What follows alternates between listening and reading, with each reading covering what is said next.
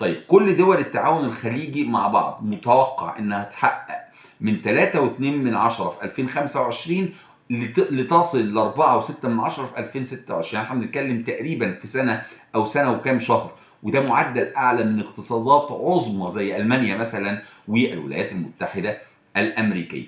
طيب لو جينا نتكلم بشكل نظري وعلى الورق، كل دول الخليج بتحاول تقلل الاعتماد على النفط. السعودية بتبني مدن مستقبلية زي نيوم وبتستثمر في الترفيه والرياضة عشان تكون وجهة عالمية. الإمارات بتوسع استثماراتها، وانت شايف شكل الإمارات بقى عامل ازاي في الكام سنة اللي فاتوا في التكنولوجيا والذكاء الاصطناعي، خصوصا انها مركز مالي عالمي بيمر من خلاله وعبره مليارات بل تريليونات الدولارات. قطر بتحاول تستثمر في الغاز في مشاريع خارجية ضخمة من لبنان لباريس لآسيا لأوروبا.